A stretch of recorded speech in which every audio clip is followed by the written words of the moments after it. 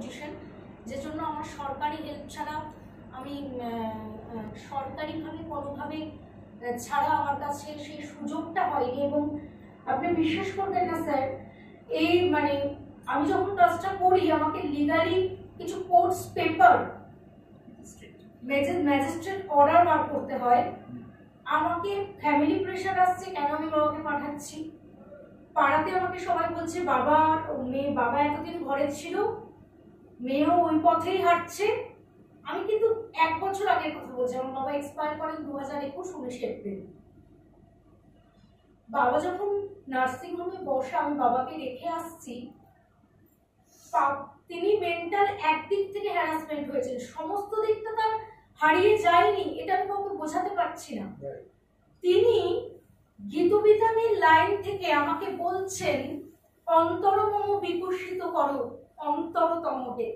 আমি তখন বাবা এটা বলছে, তার মানে তো বাবার মধ্যে আরো কিছু ছিল। হয় আমি কেন এতদিন বাবার কাছ থেকে দূরে ছিলাম, আমি কেন পৌঁছতে পারিনি, কিন্তু আমি কিছু করতে পারিনি। আমাকে বাবাকে ওখানে রেখে আসতে হয়, এবং ওখানেও আমি কেন জানি না একটা সরকারি জায়গায় আমি রেখে এসেছি। সেখান থেকে আমাকে মাঝরাতে ফোন করে বলা হতো আপনার বাবা ভায়োলেন্স হয়ে গেছে, আপনি কালকের মধ্যে আমাদের সঙ্গে দেখা করুন, নইলে আমরা পুলিশি আইনি স্টেপ নিতে বাধ্য হব। কেন? আমি তো রেখেই এসেছি বাবা যাতে ভায়োলেন্স না হয়।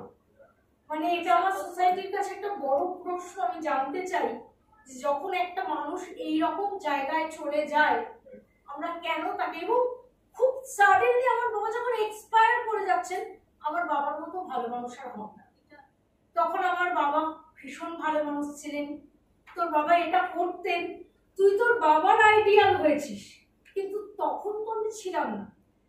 আমি ওই জন্য বাবার কাজটা যখন করেছি আমি পুরো সোসাইটির বাইরে গিয়ে করেছি।